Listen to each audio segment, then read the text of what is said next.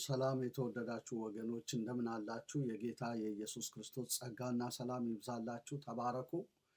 ዛሬ እንግዲህ በፊታችሁ የቀረብኩት በወቅታዊ ጉዳዮች ላይ በልቤ ውስጥ ሞልቶ ያለ ሐሳብ አለና ያንን ሐሳብ በተለይ ለዳኑ አብያተ ክርስቲያናት ተገቢውን የሆነ መልእክት ለማስተላለፍ ነው በዚህ ያለሁት። እንግዲህ ይጠቅማል ብዬ አምናለሁ። ልቤ ላይ ፈሷል። ስለዚህ የእግዚአብሔርን ቃል ለማካፈል በእንዲህ መልኩ ነው የመጣሁት ማለት ነው። ጌታ ስሙ ለዘላለም ይባረክ። ስለዚህ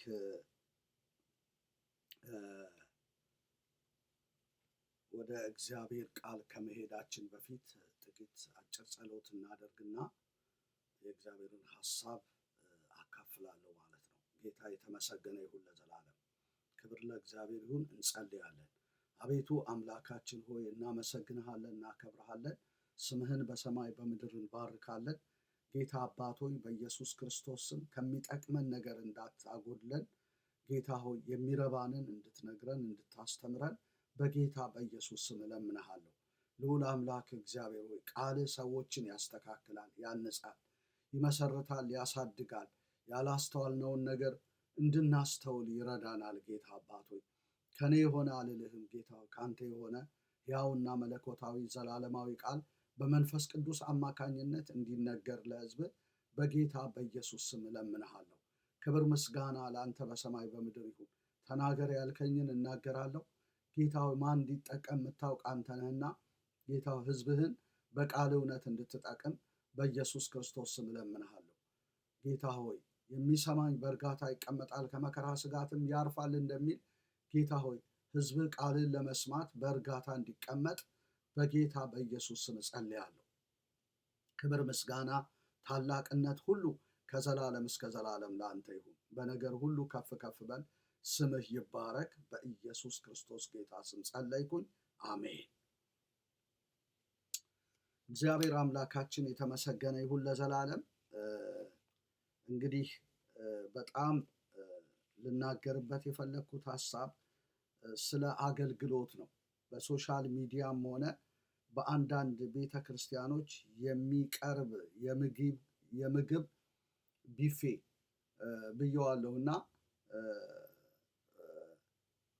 ይሄ የሚቀርበውን ምግብ ተገኘ ተብሎ ዛሬ ላይ የሚበላ አይደለም። ምክንያቱም ኤርምያስ መጽሐፍ ላይ ሄደን ስናይ ቃል ተገኝቷል እኔም በልቼዋለሁ ይላል። ቃል የልብ ደስታና ሐሴት ሆነኝ ብሎ የተናገረበት ክፍል አለ። እግዚአብሔር አምላክ ስሙ ለዘላለም የተባረከና የተመሰገነ ይሁን። ትንቢተ ኤርምያስ ምዕራፍ 15 ቁጥር 16 ላይ የተጻፈ ሐሳብ ነው። ቃል ተገኝቷል እኔም በልቼዋለሁ። አቤቱ የሰራዊት አምላክ ሆይ በስምህ ጠርቻለሁና ቃልህ ሐሴትና የልብ ደስታ ሆነኝ። ከዛስ በዋዘኞችና በደስተኞች ጉባኤ አልተቀመጥኩም። ቁጣን ሞልተህብኛልና በእጅ ፊት ለብቻዬ ተቀመጥኩ እያለ ይናገራል እና መቀመጫውን ሁሉ እንደለየለት ነው የምንመለከተው። የሰማው ቃል ማለት ነው። ቃሉን አግኝቶ የበላበት ያ እውነት የልብ ደስታንና ሐሴት እንደሆነው ከዛም መልስ ደግሞ በዋዘኞችና በደስተኞች ጉባኤ እንዲቀመጥ እንዳላደረገው እንደለየው ሁሉ እንመለከታለን ማለት ነው። እና አንዳንድ ጊዜ የምንበላው ቃል የአቋም ለውጥ እንድናደርግ ሕይወታችንን እንድንለውጥ ከዚህ በፊት ተቀምጠን እንቀልድበት የነበረ ስፍራ ከሆነ ያንን ስፍራ ሁሉ እንድንተው እና የቀድሞ ባህሪያችንን ሁሉ አሽቀንጥረን እንድንጥል ያደርገናል ማለት ነው። ስለዚህ የእግዚአብሔር ቃል ነው ለሰዎች ሕይወት ወሳኝ የሆነ ማለት ነው። ስለዚህ የእግዚአብሔር ቃል በየዘመናቱ በተገቢው መንገድ ወደ ሰዎች ሊደርስ ይገባል፣ ሊነገር ይገባል። አዎ ሰዎች ምን እንዲሆኑ እንዲለወጡ እግዚአብሔር የተመሰገነ ይሁን ለዘላለም እንዲቀየሩ የቤተ ክርስቲያን ትልቁ ድርሻዋ ይሄ ነው። የተገለጠውን የእግዚአብሔርን ቃል ወደ ሰዎች ማድረስ እግዚአብሔር ስጦታን በሰጣቸው ሰዎች አማካኝነት በተገቢው መንገድ እያስተማሩ ወደ ሰዎች ማድረስ የቤተ ክርስቲያን ዋነኛ ድርሻዋ ነው። ስለዚህ እንግዲህ ስናየው ጊዜውንና ወቅቱን ከሶሻል ሚዲያ ጀምሮ እስከ ቤተ ክርስቲያን ድረስ የሚነገሩ ቃሎች ያው የእግዚአብሔር ቃል ምግብ ነውና የሚነገሩ ቃሎች በቃ ቢፊዎች ናቸው። በየዘመናቱ ይነገራል። ቤተ ክርስቲያን ይህንን ነፃነት ማግኘቷ ከራሷ አዳራሽ ከራሷ የአምልኮ ጣቢያ ባሻገር በየሚዲያው የእግዚአብሔር ቃል እንዲነገር መሆኑ ሁላችንም ደስ የሚያሰኝ ነገር ነው። ይሁን እንጂ ጥራት የሌለውና ዛሬ እንደውም የእግዚአብሔር ቃል መደባደቢያ የሆነበት ጊዜ ሆኗል። ይሄ ነፃነቱ ወዳልተፈለገ ነገር ውስጥ እንድንሄድ አድርጎናል ማለት ነው እና ያ ደግሞ አደጋ ነው። ከአማኙ አልፎ ለሌላው ሰው ወደ ክርስቶስ ኢየሱስ ማዳን ለሚመጣና እግዚአብሔር ላዘጋጀው ሰው እንቅፋት ነው ማለት ነው እና ያንን ነው እኔ እንግዲህ የተመለከትኩት። ስለዚህ ከዚህ የተነሳ አሁን ምን ማሰብ ጀምሬያለሁ። ተገኘ ተብሎ የሚበላ ቢፌ የለም፣ ተገኘ ተብሎ የምናነሳው ምግብ የለም ማለት ነው። ለምን ብለን ብንል አንዳንድ ጊዜ ተገኘ ተብሎ የተበላ እንጀራ ሁሉ ፉድ ፖይዝን አለው። እንደገና ልዩ ልዩ ህመሞችን በህይወታችን ያመጣል እና ከዚህ የተነሳ አንዳንድ ሰዎች ጤናቸውን ስለሚያውካቸው በተጋበዙበት ቦታ ያገኙትን ምግብ አይበሉም ማለት ነው። አይተው ተመልክተው ነው እና ከዚህ የተነሳ እንግዲህ በሶሻል ሚዲያም ሆነ በአንዳንድ ቤተ ክርስቲያን ተገኘ ብለን የምናነሳው ቢፌ የለም። እንደ ልብ ነው የእግዚአብሔር ቃል የሚነገረው ብለን አንበላም። ያገኘነውን ሁሉ መርጠን ነው የምንበላው ማለት ነው እና አንዳንዴ የተገኘ ነፃነት ነው ወዳልተፈለገ ነገር ውስጥ የሚወስደን። በድሮ ዘመን እኔ በድሮ አልነበርኩም፣ በእርግጥ በተወሰነ ጊዜ ነበርኩኝ። የእግዚአብሔርን ቃል ቀርቶ ወደ አንድ ሰው ቤት ሲኬድ ተጸልዮ ከጌታ ምሪት ተቀብሎ ነው የሚኬደው እንጂ እግር እንዳመጣ ተነስቶ አይኬድም። የእግዚአብሔርን ቃል ታካፍላለህ ከተባለማ ያ ሰው በጣም ጸልዮ ተጠንቅቆ ለእግዚአብሔር ቃል ሆነ ለእግዚአብሔር ክብር ሰጥቶ ነው የእግዚአብሔርን ቃል የሚያመጣው። ዛሬ ግን እንደዛ አይነት ነገር የለም። እጅግ የሚያሳዝን ነገር ነው። ሰዎች ከቤተ ክርስቲያንም አልፈው በሶሻል ሚዲያ የራሳቸውን የሚዲያ መስኮት ከፍተው እንደ ልባቸው ያሻቸውን የተሰማቸውን የሚናገሩበት ጊዜ ላይ ደርሰናል። ሃይባይና መላሽ በማጣት እና ያ በጣም አደጋ እያመጣ ያለበት ጊዜ እንደሆነ እንመለከታለን። ወንጌል እየተነቀፈ የእግዚአብሔር ስም እየተሰደበ ሰዎች ከሚታነጹ ይልቅ ፈርሰው ይሄዳሉ እና እጅግ አሳፋሪ ጽዩፍ የሆኑ ቃላቶች በየሚዲያ አውታሩ ሲነገር ሳይ እጅግ ልቤ ያዝናል ማለት ነው። ስለዚህ ይሄ ነገር ደግሞ በሶሻል ሚዲያ ብቻ ሳይሆን በቤተ ክርስቲያንም ጭምር ከቤታችን የተነሳ ይሄ ነፋስ ነው። በቤተ ክርስቲያን ጤናማ ነገር እኮ ቢሆን በሶሻል ሚዲያም እንደዚሁ ጤናማ ነገር ይሆናል። ቤተ ክርስቲያን ግን መልኳ ከተበላሸ፣ አገልግሎቷ ከተበላሸ ሶሻል ሚዲያም የዛ ነጸብራቅ ነው። ስለዚህ እንግዲህ በጥቅሉ ምንድነው ሰዎች እንደ መሳፍንት ዘመን መልካም መስሎ የታያቸውን የሚያደርጉበት ጊዜ ላይ ነው ያለነውና በጣም አደጋው የከፋ ነው የሚሆነው። ያሳዝናል በጣም መከባበር የጠፋበት ጊዜ ለእግዚአብሔር ቃል ክብር መስጠት የጠፋበት ጊዜ፣ ብዙ አይነት ነገር ሰዎች እንደፈለጉ ሆነው መድረክ ስለተገኘ ብቻ የሚናገሩበት ጊዜ ላይ ነው የደረስነውና ምን ልል እንደምችል አላውቅም። መጽሐፍ ሲናገር ግን ምንድነው የሚለው? በያዕቆብ መጽሐፍ ላይ ያዕቆብ 3 ቁጥር 1 ላይ ወንድሞች ሆይ ከእናንተ ብዙዎች አስተማሪዎች አይሁኑ፣ የባሰውን ፍርድ እንድንቀበል ታውቃላችሁና የሚል ቃል ተጽፎልናል።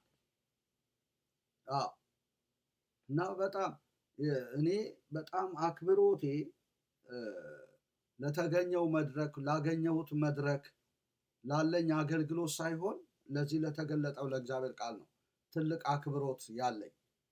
እና ወንድሞች ሆይ ከእናንተ ብዙዎች አስተማሪዎች አይሁኑ። አስተማሪነት እኮ ደስ ይላል አይደለ? እግዚአብሔርን ቃል ማስተማር መታደል ነው፣ ልክ ነው። ነገር ግን በዛው መጠን ደግሞ ፍርድ አለበት። ብዙዎችን 7 እጥፍ የገሃነም ልጆች የሚያደርጉ ሰዎች እናስተምራለን የሚሉ ናቸው። ክርስቶስ በእልፍኝ ነው በበረሃ ነው የሚሉ፣ ይህ 7 እጥፍ ባገኙ ጊዜ ደግሞ 7 እጥፍ የገሃነም ልጅ ያደርጋሉ። ወዮላቸው ብሎ ነው የእግዚአብሔር ቃል የሚናገረው። ስለዚህ አስተማሪነት ከራስ አልፎ በሌላው ሕዝብ ጉዳይ መጠየቅ ነው። በምድርም ጠያቂ ላይኖረን ይችላል። ደሞዛችንን እየበላን በተሸለሙ ቤቶች እየኖርን መኪናችንን እየነዳን በቃ ሳንጎሳቆል ሳንወጣ ሳንወርድ ሰዎች የደከሙበትን አስራት በኩራት እየተቀበልን እንደ ልብ ልናገለግል እንደፈለግን ልንሆን እንችል ይሆናል። ነገር ግን በእግዚአብሔር ዘንድ አንድ ቀን መጠየቅ አለ። የበጎች እረኛ የሆነው ይጠይቀናል ማለት ነው። በጣም ከባድ ነው ወዳጆቼ። የእረኞች አለቃ የሚል ቃል ተጽፏል። በሚገለጥበት ጊዜ ብሎ የእግዚአብሔር ቃል ይናገራል። በአንደኛ ጴጥሮስ ምዕራፍ 5 የምታውቁትን ቃል ነው የምጠቅሰው። ምዕራፍ 5 ቁጥር 4 ላይ የእረኞች አለቃ በሚገለጥበት ጊዜ የማያልፈውን የክብር አክሊል ትቀበላላችሁ እያለ ይናገራል። ስለዚህ የማያልፈውን የክብር አክሊል መቀበልም አለ። በዛም ልክ ደግሞ ውርደትን መቀበል አለ። ጥርስ ማፋጨት ወዳለበት ቦታ መወርወር አለ። ታምነን ያገለገልን ታማኝ ባሪያ ተብለን የማያልፈውን የክብር አክሊል በዛው መጠን እንቀበላለን። ስለዚህ እንዲሁ እንደፈለግን የምንሰጠው አገልግሎት የለም ወዳጆቼ። እና ይሄ የገባው ሰው አገልግሎቱን በቀላሉ አይቀበልም። ከተቀበለም ደግሞ እግዚአብሔርን እየፈራ ነው የሚያገለግለው። ካልሆነ ሌላ ስራ መርጦ ወደ ሌላ ስራ ወደሚችለው ስራ ሄዶ ሰርቶ ይኖራል። እግዚአብሔርን ደግሞ በገባው መጠን እያመለከ እያከበረ ለእግዚአብሔር ቤት የተገባውን ነገር እያደረገ ይኖራል እንጂ እዚህ አገልግሎት ውስጥ ተጠምዶ ያልሆነ ነገር ሲያደርግ አይገኝም። እና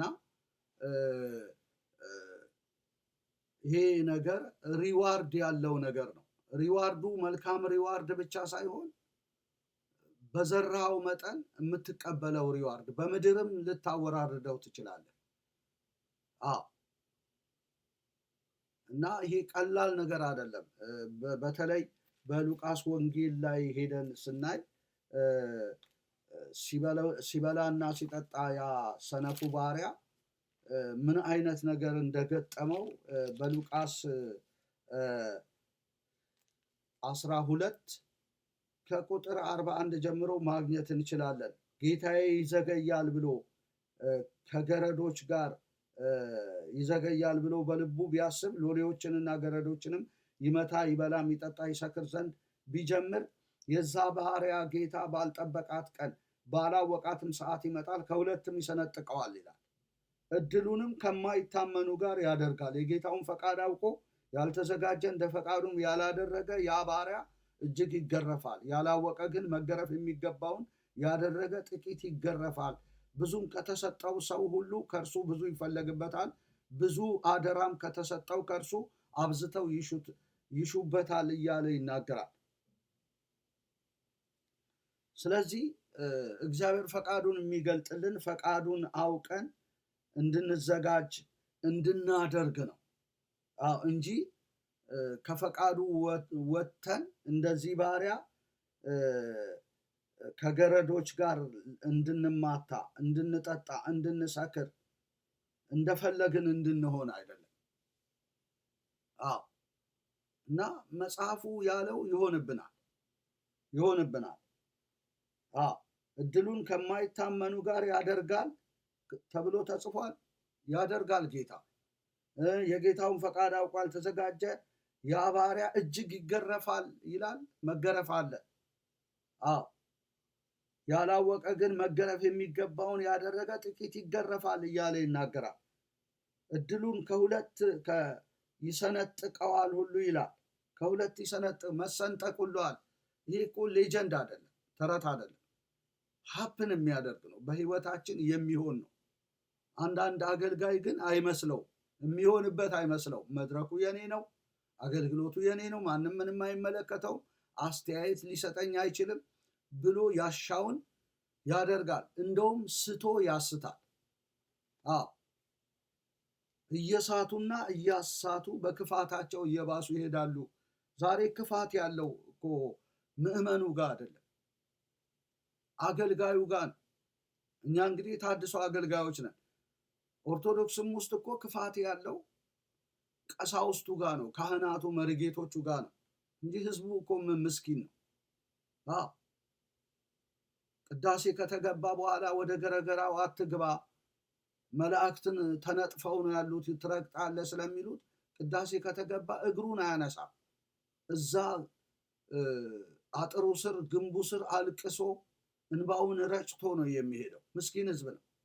እንራራለታለን፣ እናዝንለታለን። ማን ነው ማጋጣው? ደብተራው፣ መርጌታው፣ አገልጋዩ እንደፈለገ እየጠነቆለ እንደፈለገ እየሆነ ያለ ያ ነው። ልክ እዚህም ደግሞ እንደዚሁ ማን ነው አጥፊው? አገልጋይ። በጣም ነው የሚያሳዝነው፣ ከኔ ጀምሮ ማለት ነው።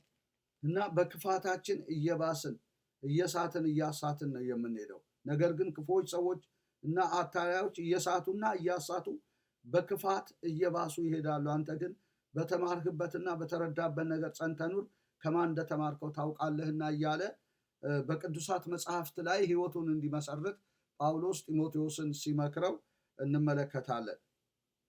ለምን? ቅዱሳት መጽሐፍት በእግዚአብሔር መንፈስ የተጻፈ ነው። እንደገና ደግሞ ሰዎችን ለበጎ ስራ የተዘጋጁ እንዲሆኑ ያደርጋል።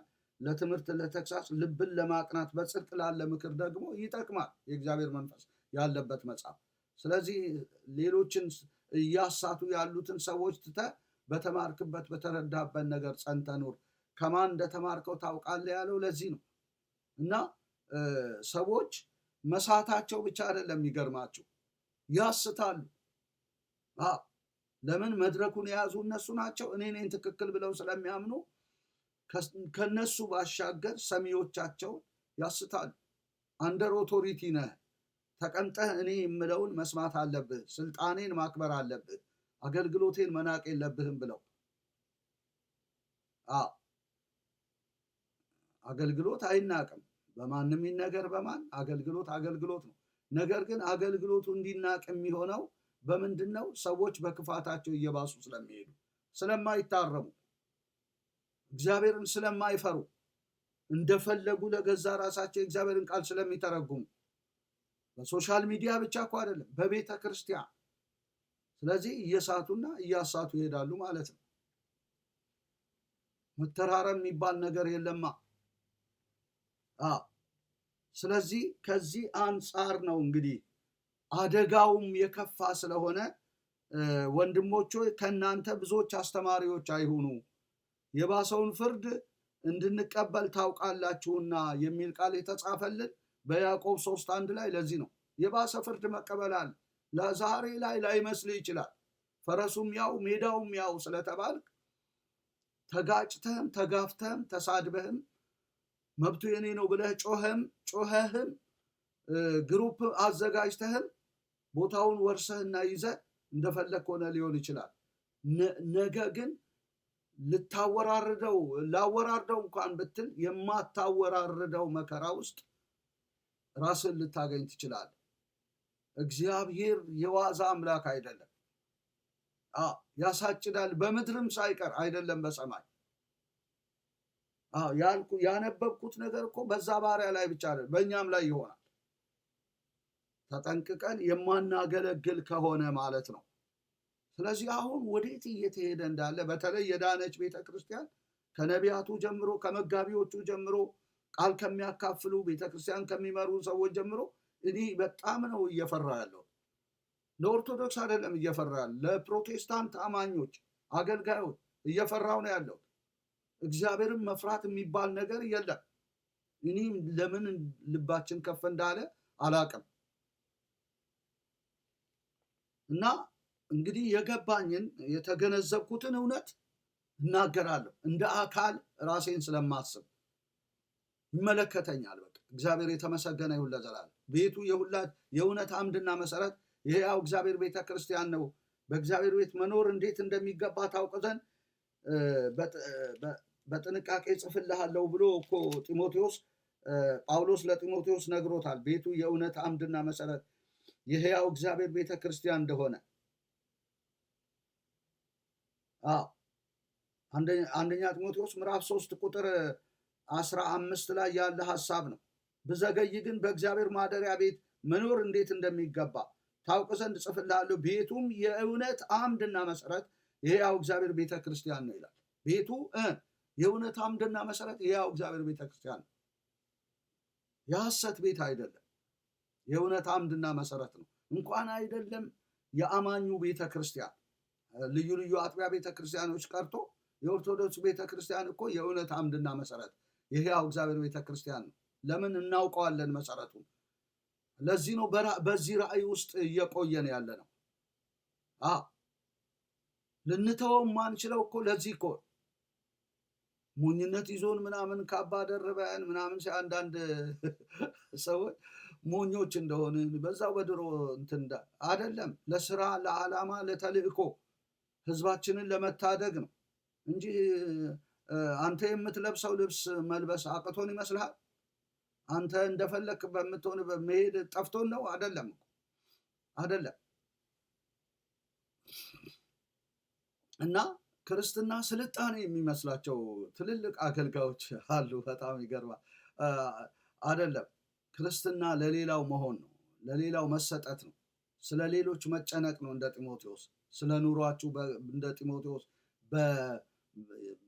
በቅንነት የሚጨነቅ እንደ ጢሞቴዎስ ያለ ሰው አላገኘሁም አለ ጳውሎስ። ሁሉ የየራሳቸውን ያስባሉ፣ የክርስቶስ ኢየሱስን አይደለም። እና ወንጌል በቃ ገንዘብ ገባበት መሰለኝ፣ አስራት መባ አስራት በኩራት መሰለኝ፣ ብልጠት በዛ።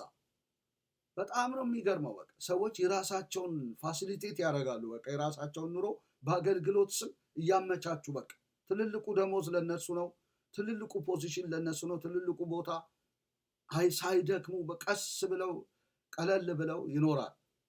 ነገር ግን ለወንጌል ሲደክሙ አይገኙም። በጣም ነው የሚያሳዝነው። ስለዚህ ቤቱ የእውነት አምድና መሰረት የሕያው እግዚአብሔር ቤተ ክርስቲያን ስለሆነ ከመናገር ወደኋላ አንልም። በእግዚአብሔር ቤት መኖር እንዴት እንደሚገባ ታውቅ ዘንድ እግዚአብሔር የሚፈልገው አሁን አገልግሎት አይደለም፣ ኑሯችንን እንዴት ነው እየኖርን ያለ ነው። ይኸው ኑሯችን እየመሰከረ እኮ ነው ያለው። ያሳዝናል። ማን ነው ወደ ጌታ የሚመጣው? ዛሬ እኮ በጣም እኮ እንቅፋት ሆነን ያለንበት ጊዜ ነው። እኔ በጣም ነው የሚገርመኝ። ነገር ግን የተናጋሪው ብዛት አያድርስ ነው። በቤተ ክርስቲያን ግፊያ ነው ለመድረክ እኔ ልናገር ነው። እኔ ቃል አካፋይ እኔ ነኝ። በቃ ሳምንቱም ወር ድረስ በቃ ቀጣዩን ጊዜ በተከታታይ ማስተምር እኔ ነኝ። ኮንፈረንስ ላይ እኔ ነኝ። አገልግሎት ላይ እሁድ እኔ ነኝ። በጣም እኮ የሚገርም ነገር። ምንም ግን ጠብ የሚል ነገር የለም። ህይወት ቀያሪ ነገር የለም። ብዙ የማንኖረውን እንለፈልፋለን። የሚገርመው ነገር ስለዚህ ሪዋርዱን አላየንም። በቃ የሚያመጣብንን ኮንሲኩዌንስ ብናውቀውም በእውቀት ደረጃ ነው የምናውቀው። የሚሆንብን አይመስለንም፣ ግን ይሆናል።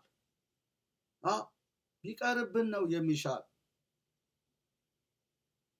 አንድ ምሳሌ ሳልናገር የቀረው አይመስለኝም እና አንድ የሆነ ሰው ወጥቶ ከቤተሰቡ ኮበለለና ሄዶ አባ ሆነ ይባላል።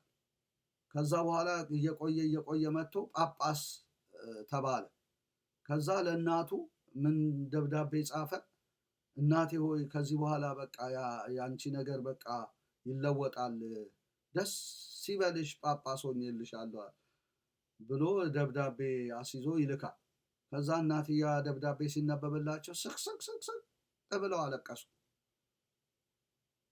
ከዛ ምን ነው እናቴ ለምን ያለቅሳሉ ብለው ሲሏቸው በፊትስ የራሱ ኃጢአት ነበረ እንትን የሚለኝ፣ አሁን ግን የብዙዎች በደል ተጠያቂ መሆኑን ባለማወቁ ነው ደስ ይበልሽ ያለ፣ ክብር ነው የታየው። ግን የብዙዎች ሰዎች ተጠያቂ መሆኑን ባለማወቁ በዚህ ምክንያት ነው ማለቅስለት፣ የብዙ ነፍስ ተጠያቂ ነው ብለው በዚህ ምክንያት ነው የገባቸው ስለሆኑ ማለት ነው። እና እንዲህ ነው በቃ የኛም ነገር፣ የብዙዎች ነፍስ ተጠያቂ ነን። ዛሬ ግን በቃ ደስ ይበል ቢጠጪ ጥገቢ አይነት ነገር ነው የሚሰማብን የሚታይብን። ነፍሴ ሆይ ቢጠጪ ጥገቢ እና እጅግ የሚያሳዝን ነው። ስለዚህ መጽሐፉ የሚለን እንግዲህ ከእናንተ ብዙዎች አስተማሪዎች አይሁኑ ነው የሚለን። አይሁኑ፣ በቃ የባሰውን ፍርድ እንድንቀበል ታውቃላችሁና ያለን ለዚህ ነው።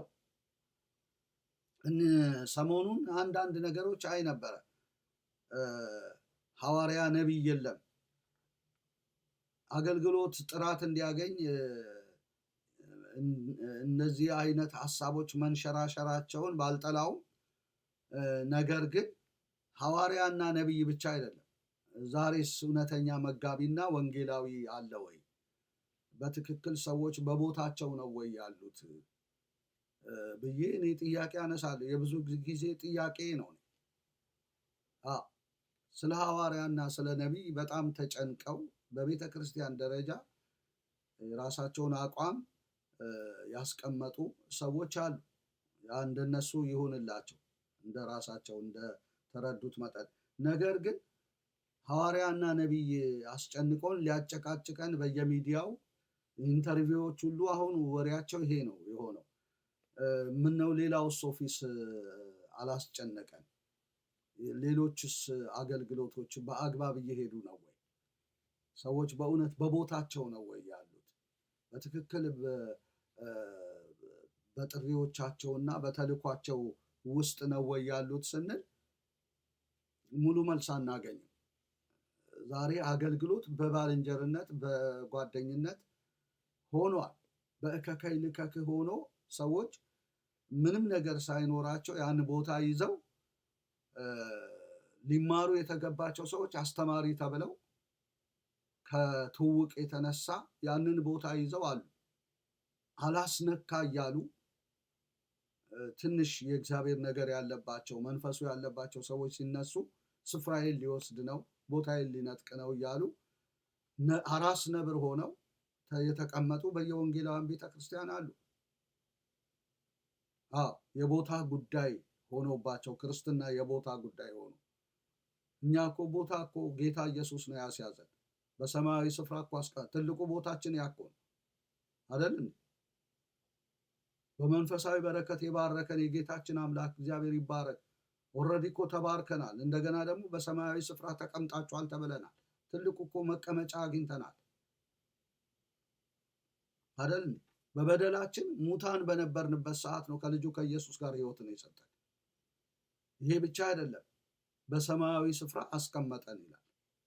ትልቁ ይሄ እውነት እኮ እንጂ የምድር እንትን እኮ አይደለም። ይሄ ባሪያ ሆነ ዝቅ ብለህ እንድታገለግል እንጂ የማልጠቅም ባሪያ ነኝ እያልክ የእግዚአብሔርን ፈቃድ እንድትሰራ እንጂ ስፍራዬ ቦታዬ እንድትል አይደለም። ለቦታ ደግሞ አንተ አይደለም የምትቆመው፣ እግዚአብሔር ነው የሚቆምልህ። በእውነት እግዚአብሔር በዛ መስመር ላይ ጠርቶ ከሆነ እርሱ ይቆምልሃል፣ እርሱ ይሟገትልሃል። እና ብዙ አይነት ነገር አለ። እንደ ይስተካከል ከተባለ በሐዋርያዊ ደረጃ በነቢይነት ደረጃ ብቻ ሳይሆን ሌሎችም የአገልግሎት ስሞች ሊፈተሹ ይገባል በእግዚአብሔር ቃል። ይህንን ነው እኔ የማስተውለው እና ለዚህ ነው ከእናንተ ብዙዎች አስተማሪዎች አይሁኑ የሚለን። አስተማሪዎች ያልናቸው አሁን እውነተኛ አስተማሪዎች ናቸው። አስተማሪነት እኮ ንግግር ብቻ አይደለም፣ የኑሮ ምሳሌነትንም የሚጠይቅ ነው። በአንደኛ ጢሞቴዎስ 4:11-16 የታወቀ ነው። ቀድማችሁ ታውቁታላችሁ ጥቅሱን። እኔ አዲስ ጥቅስ አላነብም። እና አንደኛ ጢሞቴዎስ 4:11-16 ላይ ይህን እዘዝና አስተምር፣ በቃልና በኑሮ በፍቅርና በእምነት በንጽህና ለሚያምኑት ምሳሌ ሁን ነው የሚለው። በቃል በቃል 2 በኑሮ 3 በፍቅር 4 በእምነት 5 በንጽህና ነው የሚለው። ለሚያምኑቱ ምሳሌ ሁን አለ እንጂ በቃል ብቻ አላለ። ተንደርድረ ቃል በማቅረብ ምሳሌ ሁን፣ ተንደርድረ መድረክ በመያዝ ምሳሌ ሁን አላለንም። የተናገረ ሁሉ ምሳሌ ሊሆን የሚችል ነው አይደለም። አጥንቶ ሊናገር ይችላል። በደንብ ተዘጋጅቶ አእምሮውን እንትን አድርጎ እና የተናገረ ሁሉ በቃ ምሳሌነት አለው አንልም። የተናገረውን የሚኖር ነው። በቃል በኑሮ ነው የሚለው። ከዛስ በፍቅር በእምነት በንጽህና ቃል የሚያመጡ ሰዎች ኑሯቸው ይታያል። ፍቅራቸው፣ እምነታቸው፣ ንጽህናቸው።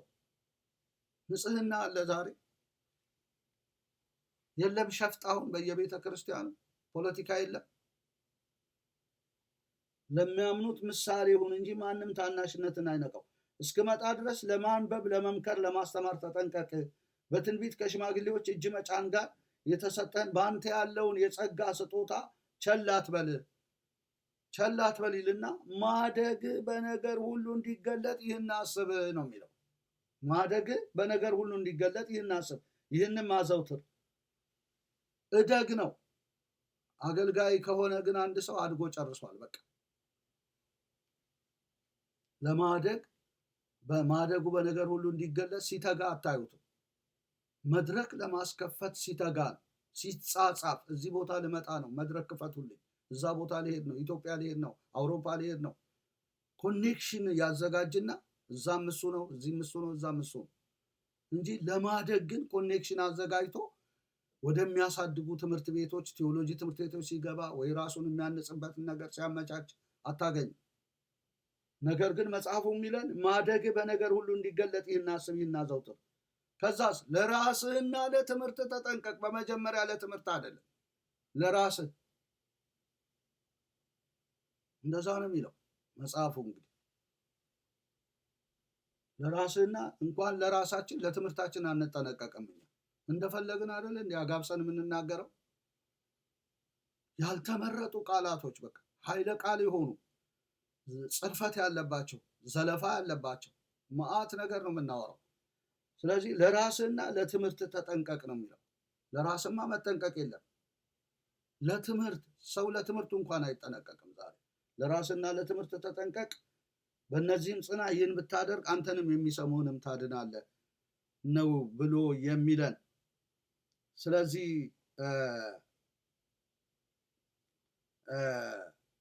ለራስና ለትምህርት ተጠንቀቅ ማለት እንግዲህ በእነዚህም ጽና፣ ይህን ብታደርግ ራስንም የሚሰሙህንም ታድናለህ ማለት ለራሳቸው ያልተጠነቀቁ ሌላውን ግን የሚያስጠነቅቁ ራሳቸውን ያላዳኑ አዳኞች በየቤተ ክርስቲያኑ ስላሉ ነው።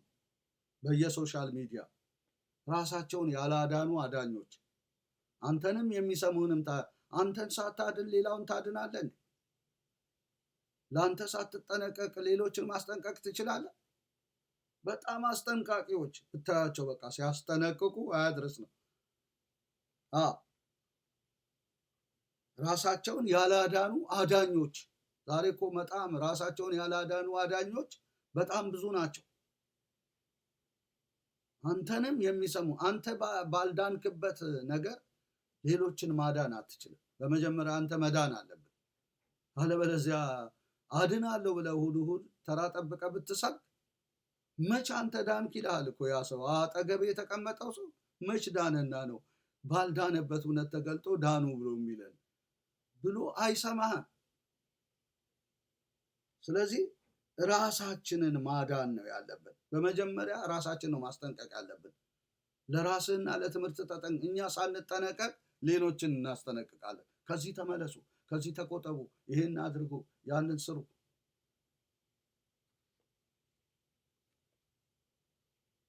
እና ስራ አይደለም የወንጌልን ስራ አድርግ ቢለንም ከጸጋው የተነሳ የምንሰራው ስራ እንጂ ስራ አይደለም። ይሄ ስራ አይደለም። አንተ ያልኖርክበትን ህይወት እሾክ ሆኖ ህይወት በአመፃ ተሞልቶ ህይወት በክፋት በተለያየ ነገር ተሞልቶ ተነስቶ መድረክ ብትናገር ንቀትም ሊመስል ይችላል። የእግዚአብሔርን መድረክ መናቅ ማቃለል ሁሉ ይሆናል። ወይም ብልጠት አለ አይደል? አፈጮሌ እና ብልጠት በቃ እኔ በትምህርት ቤት አንዴ አስታውሳለሁ እና ለተማሪዎች እንትን ቀለብ ለመሸመት መርካቶ ሄደን ሌቦች አዩንና ምን አሉን? ካህናት አይንተ እግዚአብሔር ይላል። እናንተ ቅዱሳን ካህናት የእግዚአብሔር አይኖች ናቸው ይላል ምናምን ብለው ጠቃቅሰው ወደኛ ቀረቡ እና የጠቀሱት ለምንድን ነው? ለመግባቢያ ነው። ከዛ በኋላ የራሳቸውን የተሰማሩበትን ነገር ሊያደርጉ እና መንጠቅም ካለባቸው ሊነጥቁን ፈልገው ነው። እኛም ወዲያው ገባንና ስንስቅ ሳቃችንን አይተው ዞራሉ እና የሳቅነው ለምንድን ነው? የሄዱበት ጥበብ ገብቶን እና አንዳንድ ጊዜ ታውቃላችሁ ሰዎች የራሳቸውን ቢዝነስ መፈጸሚያ ያደርጉታል አገልግሎትን ለማለት ፈልጌ ነው። አንዳንድ ጊዜ ያልኖርንበትን እኛ ያላመለጥንበትን እኛ ያልተጠነቀቅንበትን ነገር ሌሎችን ልናስጠነቅቅ ስንሞክር እኛ ያልዳንበትን ሌሎችን ዳኑ ብለን ስንናገር ያ ሰው ምን ይታዘባል? ተቀምጦ የሚሰማን ሰው ጥርስ መፋቂያ አይደለም እኮ የእግዚአብሔር ቃል ማለት እንደው ሙሉ ነን ንጹህ ነን ማለት አይደለም። ግን በተወሰነ ፐርሰንት የእግዚአብሔር ፍርሃት ሊታይብን ይገባል። ምን አለ መለስ ብንል እንዴ ወደ ጓዳ ገብተን ንስሐ እየገባን ራሳችን እያስተካከልን ብንቆም ምን አለ እንዴ? ጅራፍ ነው ህይወታችን እኮ ሌሎችን ይገርፋል። በጣም አያስጠጋ አያስቀርብ። ባህሪዎቻችን እኮ ከባዶች እኮ ናቸው። እና የምንናገረው እንግዲህ መድረክ ስለተገኘና እድሉን ስላገኘን። እድሉ ባይኖር እንደውም ሌላ ፊልድ ቀይረን ሁሉ ሌላ ቦታ ልንገኝ እንችላለን ማለት ነው። በጣም በጣም የሚያሳዝን ነው። እኔ ማለት ከዚህ በፊት የነበረውን ህይወት አውቃለሁ። ማለት ገና ያኔ በድሮ ጊዜ ለመድረክ ያለው አክብሮት፣ ጥንቃቄ ምን እንደሚመስል እንዴት ሰዎች ጸልየው አልቅሰው መጥተው እንደሚያገለግሉ ያ አሁን ዛሬ እኮ የለም። እጅግ የሚያሳዝን በቃ ድፍረት የሞላበት አገልግሎት፣ ድፍረት የተቀላቀለበት ንግግር፣ የትውውቅ ስራ፣ ሃይባ የሌለበት መላሽ የሌለበት አገልግሎት ያሳዝናል በጣም።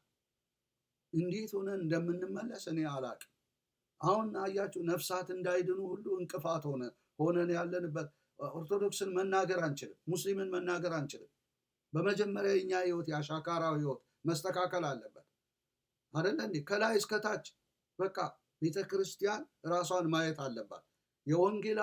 የወንጌላዊቷ ቤተክርስቲያን ራሷን ማየት አለባት። ከቤተክርስቲያን ጀምሮ እስከ ሶሻል ሚዲያ ድረስ ጌታ እኮ የሰጠን ትምህርት እኮ ወርቃማ ትምህርት እኮ የማይነጥፍ ቃል እኮ ነው አይደለ እንዴ? ሰዎች እኮ ይህንን ቃል ሰምተው አልቅሰው ንስሐ ገብተውበታል። በዚህ ቃል ተነክተው እኮ እንስራቸውን ጥለዋል፣ ፊልዳቸውን ቀይረዋል። ላልመለስ ብለው እኮ ዓለምን ክደዋል። እንዲህ ወደ ዓለም ይመለሱ በእኛ አገልግሎት።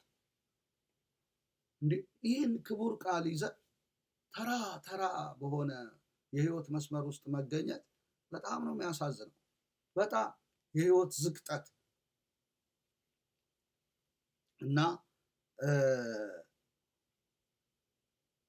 መድረክ ስለተገኘ የምናገለግለው አገልግሎት የለንም። እድሉ ስላለ አሁን ግን እድሉ ስላለ መድረክ ስለተገኘ ነው።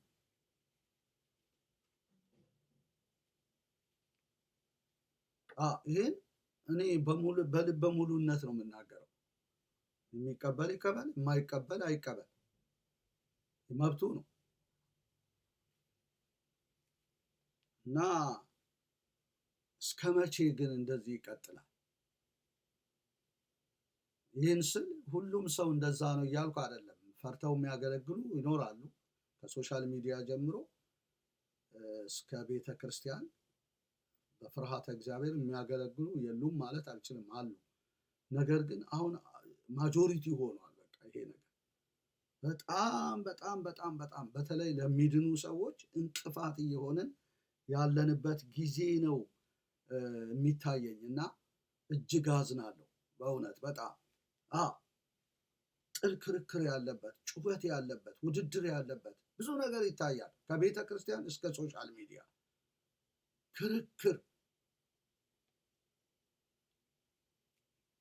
እና የት ለመድረስ እንደሆነ እኔ አላቅም። ያሳዝናል በጣም። ሁላችን እንግዲህ የአንድ አባት ልጆች ነን፣ የትም አንደርስም እኮ። የተካከለ እምነት እንደተሰጠን ጳውሎስ ይናገራል። ማን ነው? ጴጥሮስ የተካከለ እምነት አለን ይላል። ማንም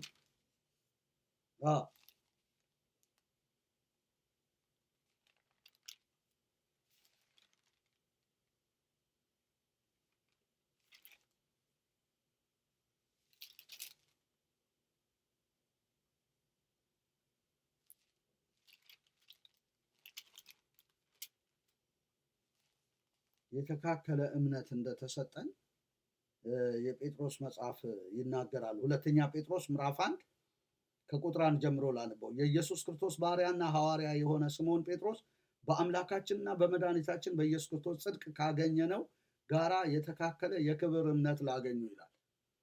የተካከለ የክብር እምነት አግኝቷል እኮ። እየተገለገለ ያለው ማማን ልታሳንሰው አትችልም። አያቅም ብለን እኛ አንዳንድ ጊዜ እኮ ሽወዳችን እኮ አያድርስ እኮ አያቅም። እኔ በቃ አገልጋይ ነኝ፣ እኔ እንደውም አሁን ኦፊስ ውስጥ ገብቻለሁ። እኔ ኦፊስ የሚባለው ነገር አይገባኝም። የአገልግሎት ስም ነው በቃ። ኦፊስ የሚባል ነገር የለም። ገብቻለሁ፣ እኔ የገባሁበት ሰውየው አልገባም፣ አባል ነው፣ ከዚህ ያለፈ ነገር የለውም ብለን በቃ ያንን ሰው ዝቅ አድርገን በማየት ነገር ግን የተካከለ እምነት ተሰጥቶታል ለዛም ሰው በአምላካችን በመድኃኒታችን በኢየሱስ ክርስቶስ ጽድቅ ካገኘነው ጋራ የተካከለ የክብር እምነት ላገኙ ይላል። አንተ ያገኘኸውን ጽድቅ አገልጋይ ብትሆንም ያገኘኸውን ጽድቅ ካገኘው ጋራ የተካከለ እምነት ያገኙአሉ። አንተ እንደ ጸደቅ የጸደቁ፣ አንተ እንደ ዳንክ የዳኑ ልጆች የተባሉ። ስለዚህ እነዛ ሰዎች ያልሆነ ነገር ስትናገር ያለ አዋቂ መስለው ይቀመጡ እንጂ ብዙ ነገር ታዝበው ሊሆን ይችላል። እና አንዳንድ ጊዜ በአገልግሎት ሰዎችን እናሞኛለን። እዛ ቤት ሃይማኖት ቤት ያሞኙት ሳያንስ እዚህ እናሞኛለን። በጣም እኮ ይሄ እኮ ነውር እኮ ነው በእውነት። ፈሪሃ እግዚአብሔር የለብን ምን የለብን በቃ። አንድ ቀን አንቅሮ የተፋህ ቀን ተተፍተህ ትቀራለህ፣ እነግርሃለሁ።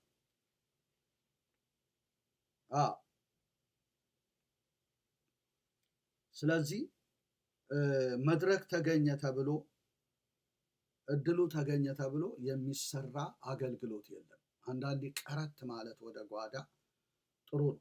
ራስን ማየት ጥሩ ነው። ሀምብል ማድረግ፣ በእግዚአብሔር ፊት ራስን ትሁት አድርጎ በእግዚአብሔር ፊት መቆየት በጣም ጥሩ ነው። አይገባኝም ማለት እኮ ጥሩ ነው። አንዳንድ ጊዜ አይደል እንዴ? ሁሌ ይገባኛል። ኧረ ጉድ እኮ ነው በእውነት በጣም ይህን ስንናገር በዋነኝነት የሚያኮርፉ መጋቢ የተባሉ ሰዎች ናቸው። በጣም በግሩፕ በስካይፒ እየተገናኙ በቃ መንፈሳዊነት ከነሱ ሸሽቶ በጣም ነው የሚያሳዝነው። በጣም ለአንድነት ለህብረት ተጠርተናል። ፋክቱን ነው የምናገረው። ፋክት እንዲህ አይነት ህብረት የለም።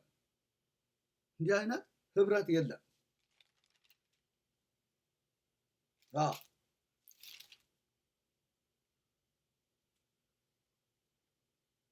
እግዚአብሔር አምላክ የተመሰገነ ይሁን ለዘላለም።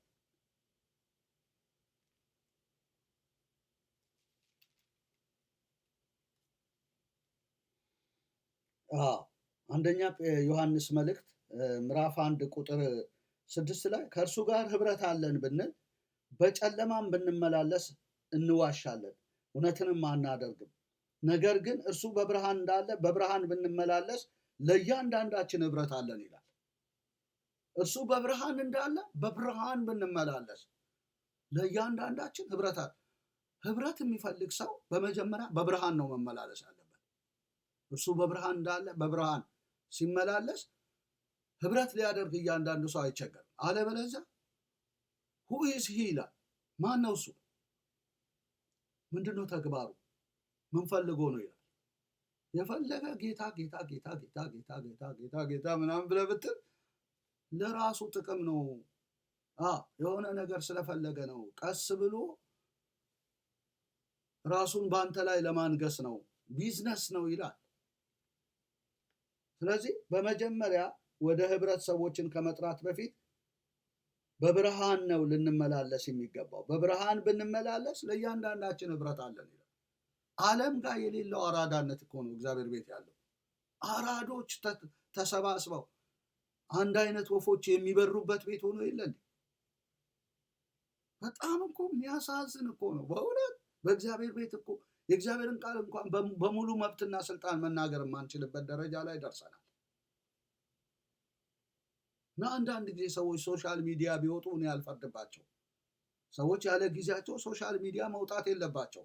በቤተ ክርስቲያን የሚሰጠውን ትምህርት በአግባብ ተምረው ደረጃቸውን ጠብቀው መሄድ እንዳለባቸው አውቃለሁ። አንዳንድ ጊዜ ግን አንድ አይነት ሰዎች ይከለክላል።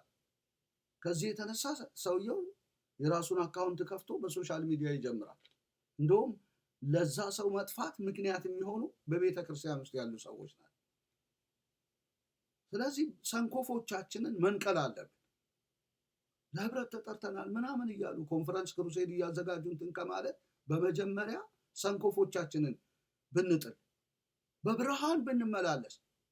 በብርሃን ህይወታችን የብርሃን ህይወት መሆን አለበት። የማይሰነፍጥ በቃ የምሰማው የበሬዎች ግሳት ምንድን ነው እኮ የምንባል ሰዎች ነን። ሳሙኤሎች የእግዚአብሔርን ነገር የሚያሸቱ ሰዎች ያንተንም ግሳት ያውቃሉ። አላበጀህም ይሉሃል።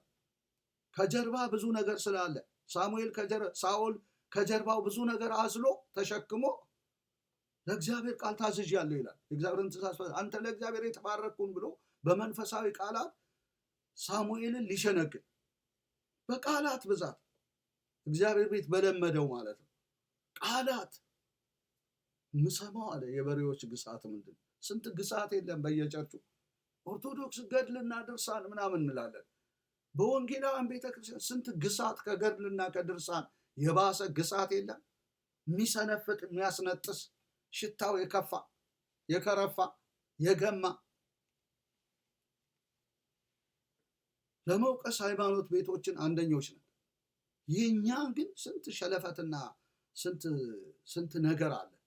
ሰውን ከእግዚአብሔር ቤት የሚያሸሽ የሚያባርር። ለህብረት ተጠርተናል።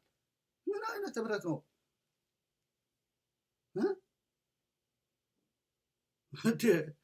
በጣም ነው የምንናገረው። አይገርማችሁ? በጣም የሚያሳዝን ነው። በቃ የሚያሳዝን የሚናገሩ ሰዎችን በአንድም በሌላ መንገድ ቀጥቅጠን አጥቅተን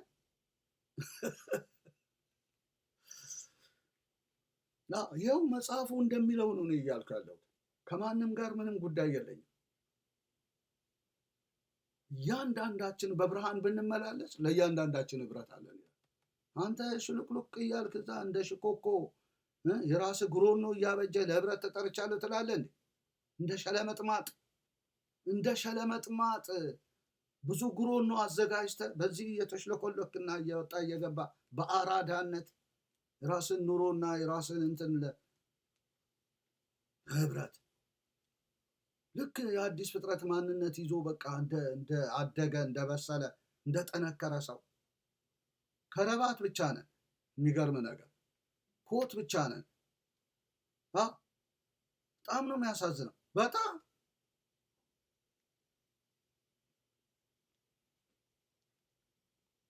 እና ብንታረም የተሻለ ነው የሚሆነው። በመጀመሪያ ለህብረት ተጠርተናል ብሎ የተለያየ ቅስቀሳ አርጎ ፖስተር ለጥፎ እንደዛ ከማለት በፊት በየጓዳው ብንታረም፣ ሸለፈቶቻችንን ብንገርዝ፣ ህይወታችንን ብንጥል።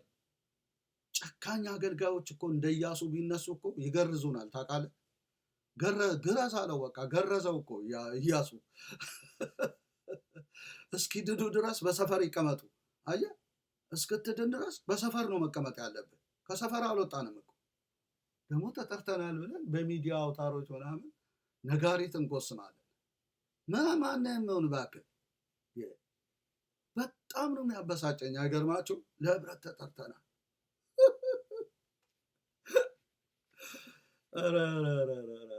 እንደ ወንጌላውያን ቤተክርስቲያን፣ ወንጌላዊቷ ቤተክርስቲያን እያጠፋ ያለ ማንም የለም። ነቅተናል አይምሰልህ። ካባና ምናምን ቆብ ስለደፋን ፈዛዞች ምናምን አይደለንም። በደንብ በወንጌላዊቷ ቤተክርስቲያን በተለያዩ ቦታዎች ስናገለግል የኖርነን እናውቃለን። የህዝብ ሸክም እኛ ውስጥ ስለመጣ ያንን ህዝብ ለማገልገል ከመናፈቅ የተነሳ እንጂ በደንብ ነው የምናውቅህ። በደንብ እናውቃችኋለን፣ እንነግራችኋለን። ደግሞ ወደዳችሁን ጠላችሁ ያመጣችሁትን አምጡ ብትፈልጉ። እውነቱ ይሄ ነው። ያ ህዝብ የሚተርፈው እናንተ ስትፈወሱ ነው። ምንም ጻድቅ አልልህም። ምን ብሎ ቢመጣም ተመልሶ ይሄዳል። ህይወት ያባርረዋል። አየህ እንዴ! በጣም እኮ የሚገርም እኮ ያልሰላ ያልተገረዘ ያላመ ህይወት ነው ያለን እኮ። እሾክ የሆነ በቃ ራፍ የሆነ እና ይሄ ሊሆን ፈጽሞ አይገባም። ይሁን እንጂ እንደምረዳው እንግዲህ ከመጽሐፉም እንደምመለከተው አንደኛ ሳሙኤል 17 23 25 ላይ ዳዊት እስኪገለጥ ነበር ጎልያድ ዘራፊ ላይ ነበረው። ያንን ክፍል ሄዳችሁ ማየት ትችላላችሁ። አንዳንድ የመፍትሄ ሰዎችን እኮ እግዚአብሔር አስቀምጧል። የጊዜ ጉዳይ ነው እንጂ ይገለጣሉ። ቤቱን መልክ የሚሰጡ ማለት ነው። ቤቱን መልክ የሚሰጡ ባትወዳቸው እግዚአብሔር ጊዜውን ለነሱ ሰጥቶ ይገልጣቸዋል። ገርመሃል። በቃ በሚገርም ፍጥነት ነው የሚገልጣቸው። ስለዚህ አንደኛ ሳሙኤል ላይ ሄደን ስናይ እንዲህ የሚል ቃል እናገኛለን። አንደኛ ሳሙኤል 17 23 25 ላንበው። ጌታ የተመሰገነ ይሁን ለዘላለም። 17 23 25 እንግዲህ ዳዊት የወንድሞቹን ደህንነት ነው የጠየቀው። ጠይቀህ መልሱን ይዘና ነው ብሎ አባቱ የላከው እና ደስ የሚለኝ ዳዊትም ዕቃውን በዕቃ ጠባቂው እጅ አኖረው፣ ወደ ሰራዊቱም ሮጠ ይለናል። እግዚአብሔር የተባረከ ይሁን። የወንድሞቹንም ደህንነት ጠየቀ፣ የተላከበትን ፈጸመ ማለት ነው። ዘራፍ አላለም ዘሎ። በመጀመሪያ ደህንነታቸውን ነው የጠየቀው። እርሱም ሲነጋገራቸው እነሆ ጎልያድ የተባለው ያ ዋነኛ ጀግና ፍልስጤማዊ የጌት ሰው ከፍልስጤማውያን ጭፍራ መካከል ወጣ። የተናገረውንም ቃል ተናገረ፣ ዳዊትም ሰማ። የእስራኤልም ሰዎች ሁሉ ሰውየውን ባዩ ጊዜ እጅግ ፈርተው ከእርሱ ሸሹ ይላል እና የሸሹት እንግዲህ ይሄ ብላቴና እስኪመጣ ድረስ ነው እና ቦታውን እስኪይዝ ድረስ ነው። 40 ቀን እየመጣ በቃ ይገዳደራቸው ያስፈራራቸው ነበር። አይደለም ሳኦል የዳዊት ወንድሞች ሳይቀሩ ሁሉ የሚሸሹ ናቸው። ዳዊትን የገሰጹ የተቆጡ የልብህን ኩራት አይቻለሁ በጎቹን ለማን ጠውቃቸው ያለው ኤልያብ እንኳ ሳይቀር የሚሸሽ ነው። የማይሸሽ ማንም አልነበረም። አንድና አንድ ያልሸሸው ዳዊት ነው።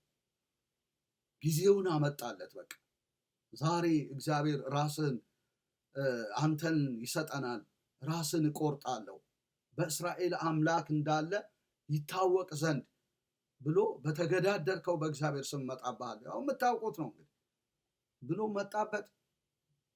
እሱ ልምድ አለው። ሳኦልም ነግሮታል። የብረት እንትን ነው የታጠቀው። ነገር ግን ድብልብል የሆነ ጠጠሮችን 5 ጠጠሮችን ወስዶ በዛ ጠጠር ወነጨፈ። በቃ ግንባሩ ላይ እዛ ሄዶ ወደቀ በአፍጢሙ። በቃ ፍልስጤማውያን ሸሹ ይላል። አሁን መሸሽ የሌሎች ሆነ፣ የእስራኤል ሳይሆን የሚያሸሽ ዳዊት መጣ ማለት ነው። በአንበሳና በድብ ያልቀረ ዳዊት እና አንዳንድ ጊዜ እውነተኛ ሰዎች መጥተው ቦታውን እስኪይዙ ድረስ ነው ብዙ አይነት ተግዳሮቶች ያሉት። እንደፈለገ ቤተክርስቲያን እየተመሰቀለች ያለችው በውጭ ባሉ ጎልያዶች ሳይሆን ቤት ውስጥ ያሉ ጎልያዶች አሉ፣ ያልተገባ ቦታ ይዘው የሚያጓሩ ዳዊቶች እስኪመጡ ነው። የተቀመሙ በእግዚአብሔር ነገር የተሟሹ የተቀመሙ ትክክለኛ ቦታቸውን እግዚአብሔር ሲያስይዛቸው እረፍት ይሆናሉ። በቃ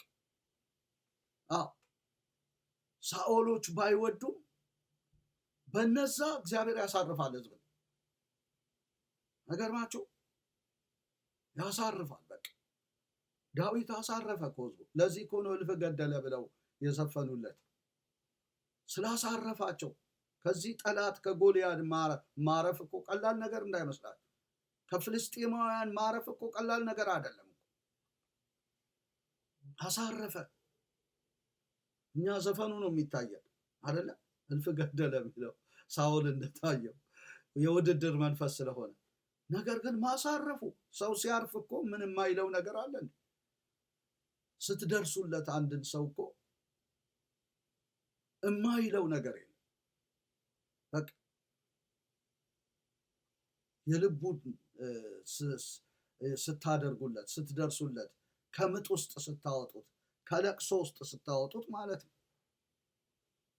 እና በጣም እስራኤልን ያወጣና ያገባ ነበር ሳኦል እያለ ይላል። አሳራፊ አድርጎታል። በቃ ፖዚሽኑን አስይዞታል። ሳኦል እንኳን የማይለቅ ሆኖ እንደ ጦር ቢፈራው እና ቢያሳድደው አስይዞታል ቦታ። ማን? እግዚአብሔር ዳዊትን። መጨረሻ ላይ እንደውም ጠንቋይ ስለጠየቀ መንግስቱን ወደ እሴይ ልጅ ወደ ዳዊት አሳለፈው ብሎ ጻፈልን እንጂ ካሳለፈው እኮ ቆየ። ካንተ ለሚሻል ለጎረቤት ሰጣት ያለ ቀን ነው በቃ ያሳለፈው መንግስቱ። እና ሁሌ የሚሻሉ ሰዎች አሉ፣ አሳራፊ የሆኑ ቦታ እስኪይዙ ድረስ ነው። በቤተ ክርስቲያን መጥተው ቦታ ሲይዙ፣ የአገልግሎት ቦታቸውን ሲይዙ፣ በእውነተኛ ጥሪያቸው ላይ መጥተው ሲቀመጡ ማረፍ አለ፣ እረፍት አለ። አሁን ግን እረፍት የለ። በሶሻል ሚዲያ እረፍት የለ፣ በቤተ ክርስቲያን እረፍት የለ፣ በኢቫንጀሊካል ቸርች በቃ ንትርክ ነው፣ ውዝግብ ነው፣ ጩኸት ነው፣ ውግግዝ ነው። ብዙ አይነት ነገሮች፣ ሻካራ ነገሮች፣ በጣም ህይወት ጎጂ የሆኑ አቁሳይ የሆኑ ነገሮች አሉ። የሚያሳርፉ ሰዎች ሲመጡ ግን እረፍት ይሆናል። ትክክለኛ ቦታቸውን ሰዎች ሲያገኙ፣ ዳዊት ትክክለኛ ቦታውን በማግኘቱ ነው ለእስራኤል እረፍት የሆነ።